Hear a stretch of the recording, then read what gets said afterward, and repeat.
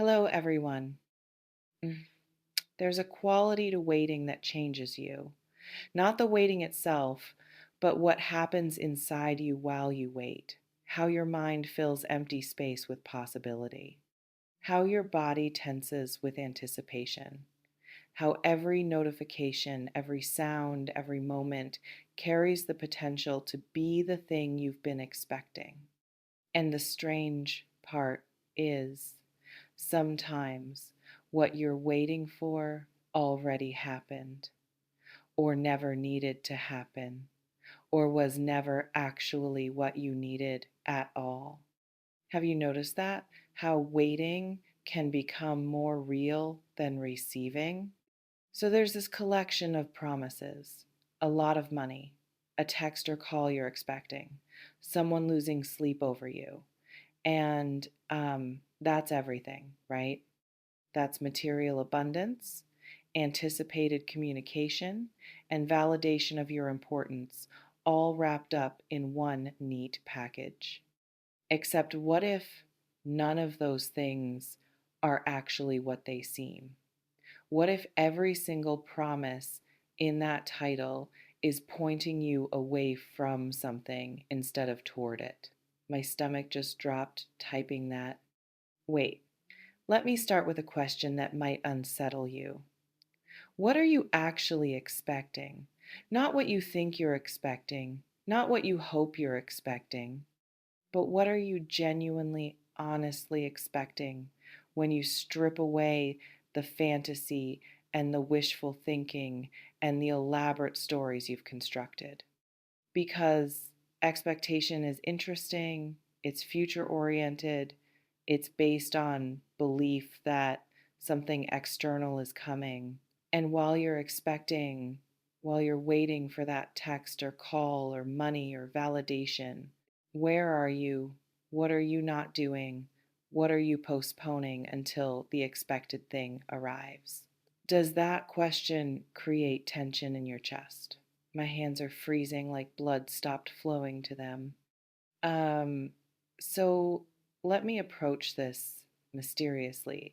There's something about money that makes people wait, makes them expect, makes them believe that when it arrives, when abundance finally shows up, everything changes. Problems dissolve, stress evaporates, life becomes what it's supposed to be. But here's what I'm noticing without saying it directly. Money isn't waiting to arrive. Money is a flow. It's already moving, already present, already available in forms you might not be recognizing because you're waiting for it to look a specific way. And while you're waiting for a lot of money, while you're expecting abundance to arrive in some dramatic, obvious form, you might be missing the abundance that's already here. The resources already available, the wealth already present that doesn't match your expectation of what wealth should look like. Can you feel that? That possibility that what you're waiting for is obscuring what's already here?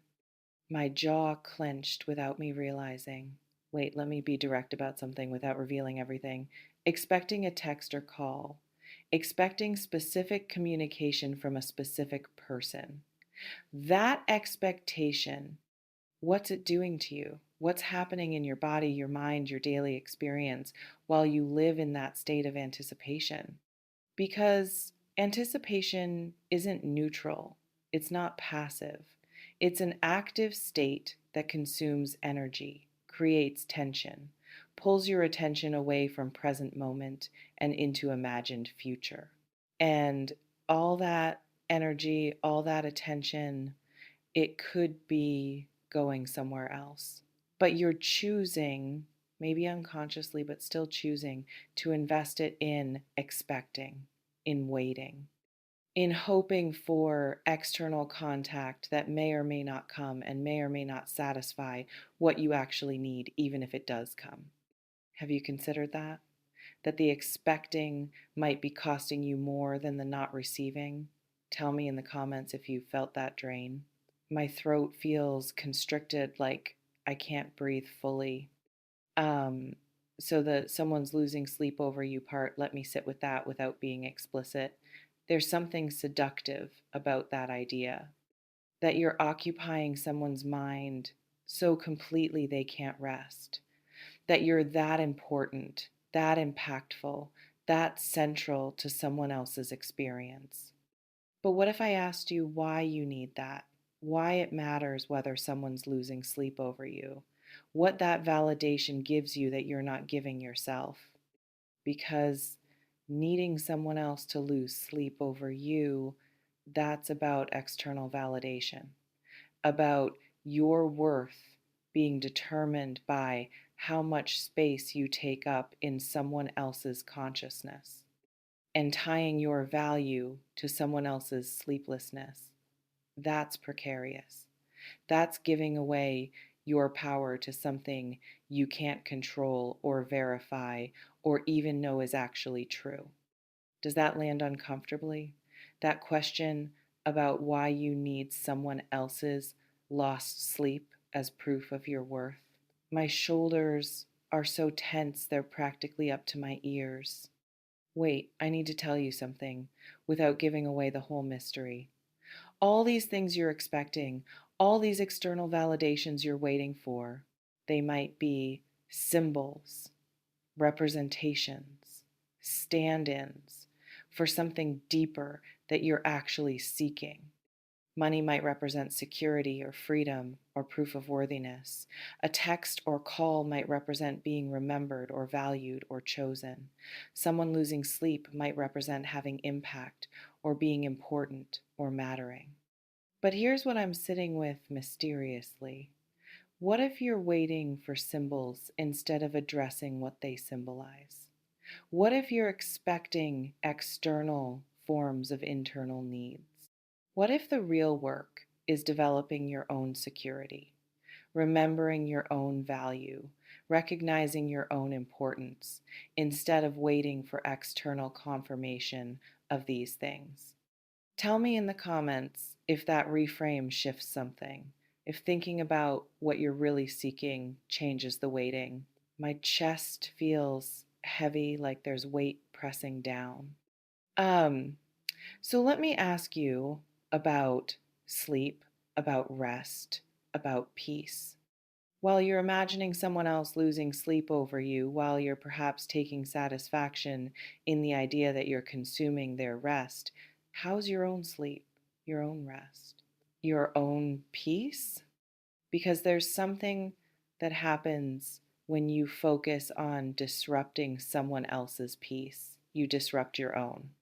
When you invest energy in wondering if they're thinking about you, losing sleep over you, unable to rest because of you, you become unable to rest, unable to find peace, unable to sleep without checking your phone, without hoping for that expected text, without monitoring for signs that you're having the impact you need to have.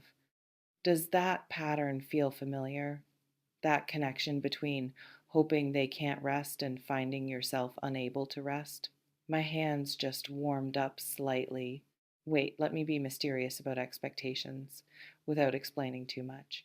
When you expect something, when you're waiting for specific outcomes or communications or arrivals, you're essentially living in the future.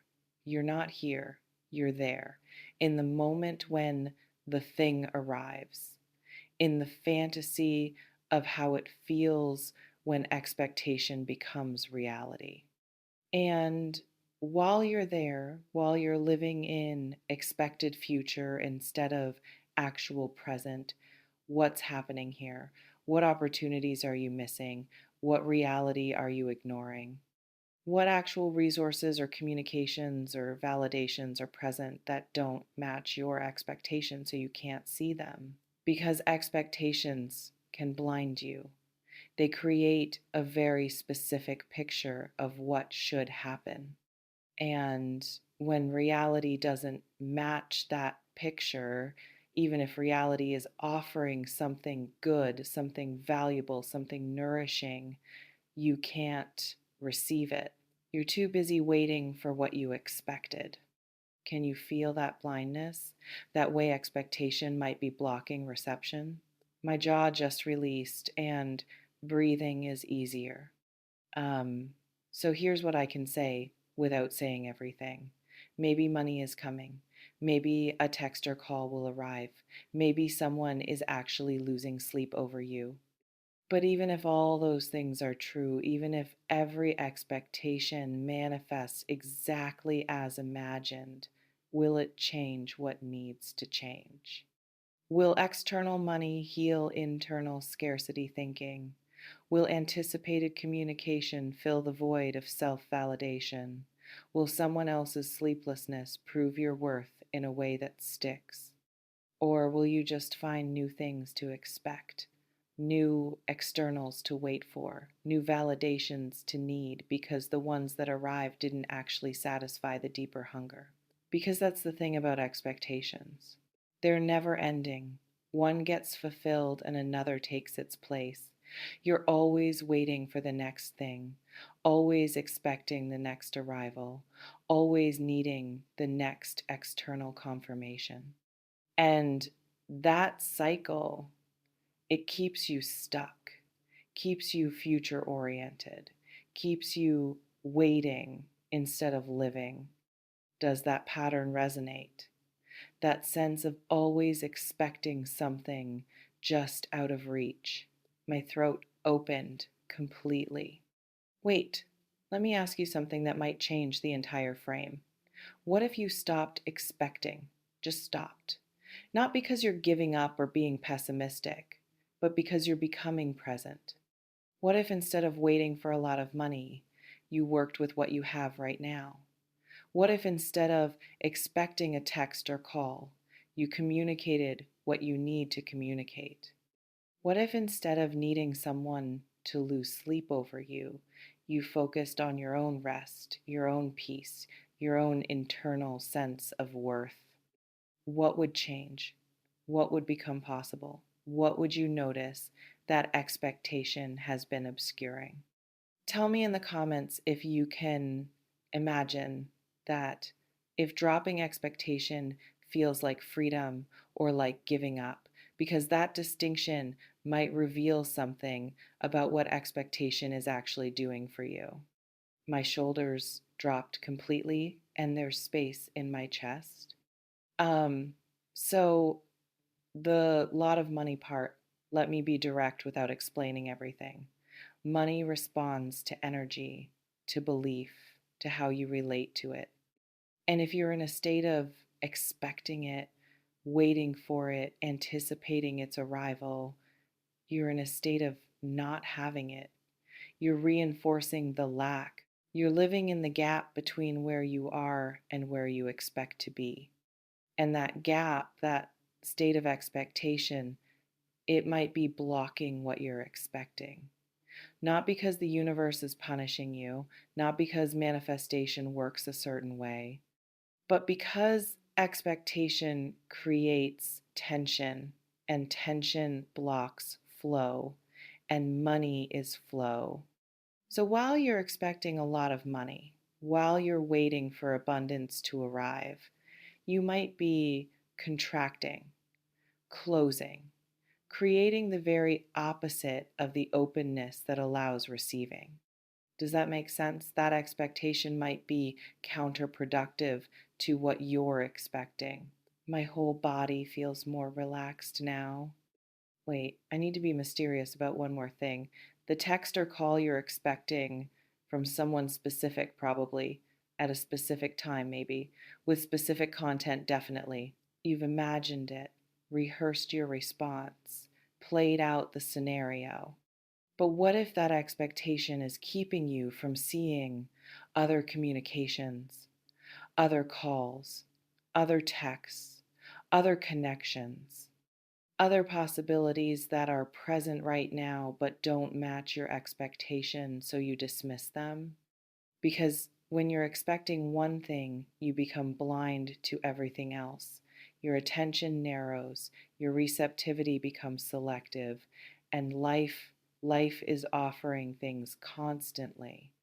But You can only receive what you're paying attention to. And if all your attention is on one expected communication from one specific source, you're missing everything else. Can you feel that narrowing? That way, expectation focuses you so specifically that peripheral vision disappears. My chest feels completely open now. So, here's what I'll say without revealing everything. Maybe everything you're expecting arrives, maybe it doesn't. But here's what I know. While you're in a state of expectation, while you're waiting and anticipating and hoping and monitoring, you're not here, you're not present, you're not available for what actually is.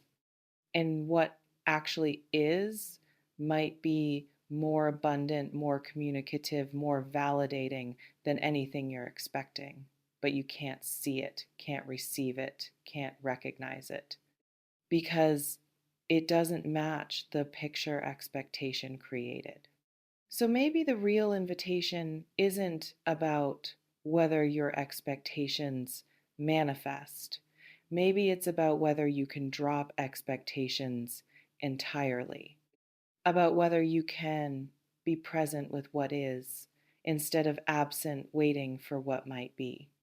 And that presence, that availability, that openness to reality instead of expectation, that might be where the real abundance lives, where the real communication happens, where the real validation comes from, not from external arrivals, but from internal arrival. You arriving here, now, present, available, no longer waiting. Tell me in the comments if you're willing to experiment with that. If you can drop one expectation, just one, and notice what becomes visible when you do. If you're brave enough to stop waiting and start being here instead. Because that's where everything you're actually seeking might already be waiting. Not in the future, not in expected arrivals, but here, now, in this moment. If you're willing to stop expecting long enough to receive, are you? Truth isn't found in others' stories, it's discovered in your own silence. No predictions, just presence. Stay curious, stay awake.